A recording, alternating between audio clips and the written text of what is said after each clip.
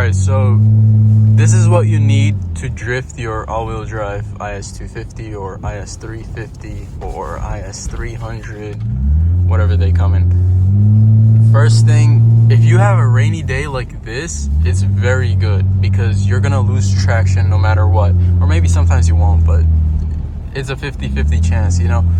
If there's no rain, sometimes it works on dry ground, sometimes it doesn't. And it does work on grass. Grass is the best. You don't lose tread. It's very good.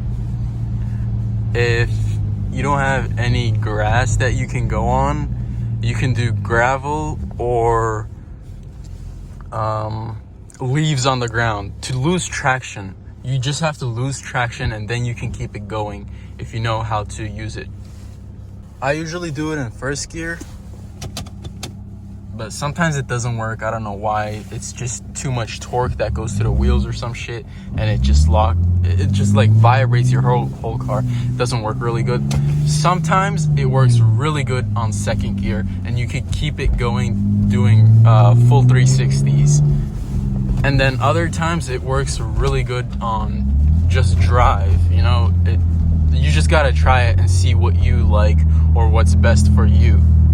Other times it works fairly good on places like this with these types of little rocks on the ground, but you just gotta, you know, try it.